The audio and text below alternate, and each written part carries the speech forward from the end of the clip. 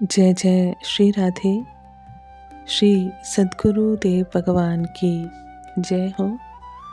प्रश्न: महाराज जी, ध्येय भाव से ऊपर कैसे उठें?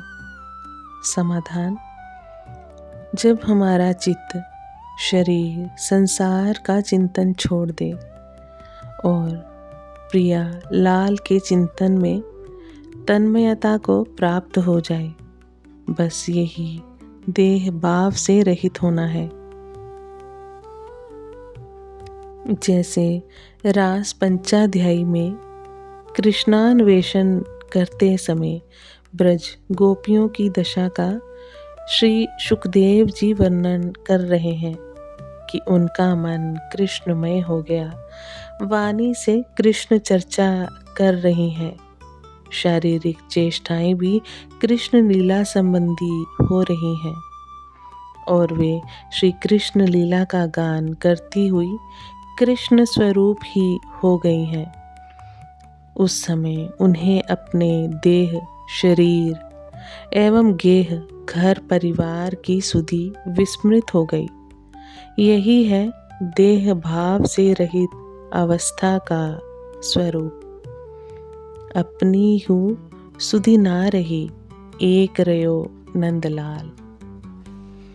लेकिन ये स्थिति सतत अभ्यास के द्वारा ही आएगी। हमारी वाणी से निरंतर नाम जप चलना चाहिए।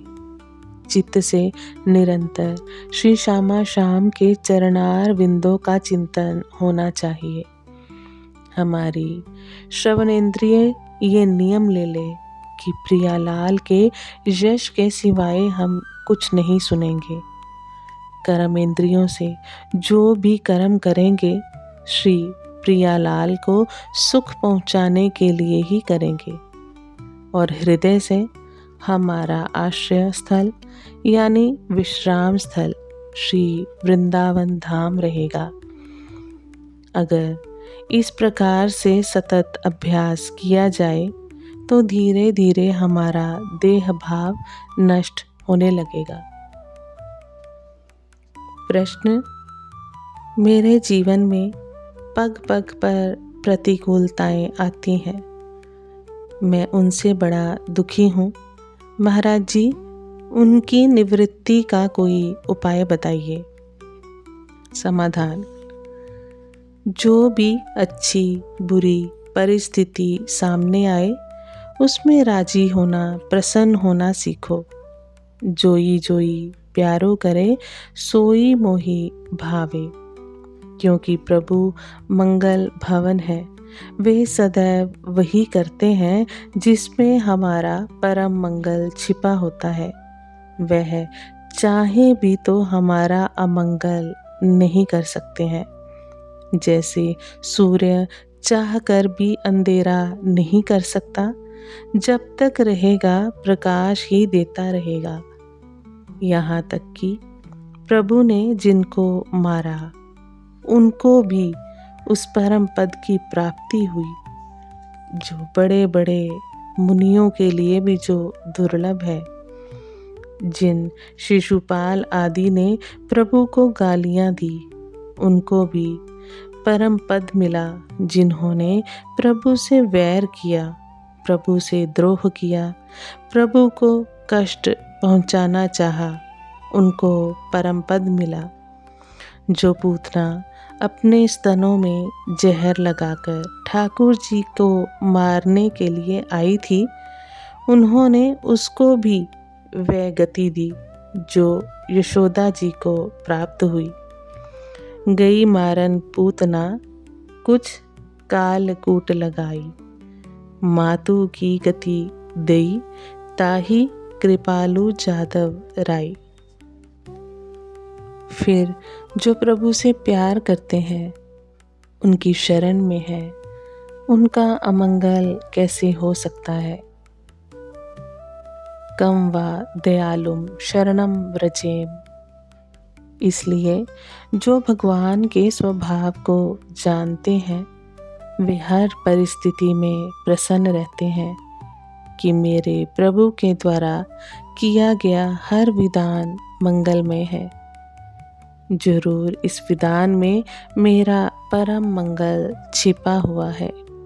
इसलिए प्रभु सर्वसमर्थ होते हुए भी मुझे ऐसी परिस्थिति दे रहे हैं। अतः सच्चा भक्त हर स्थिति में राजी प्रसन्न रहता है, कभी प्रभु से कोई शिकायत नहीं करता है। प्रश्न: महाराज जी, पवित्र और अपवित्र मन का स्वरूप क्या है?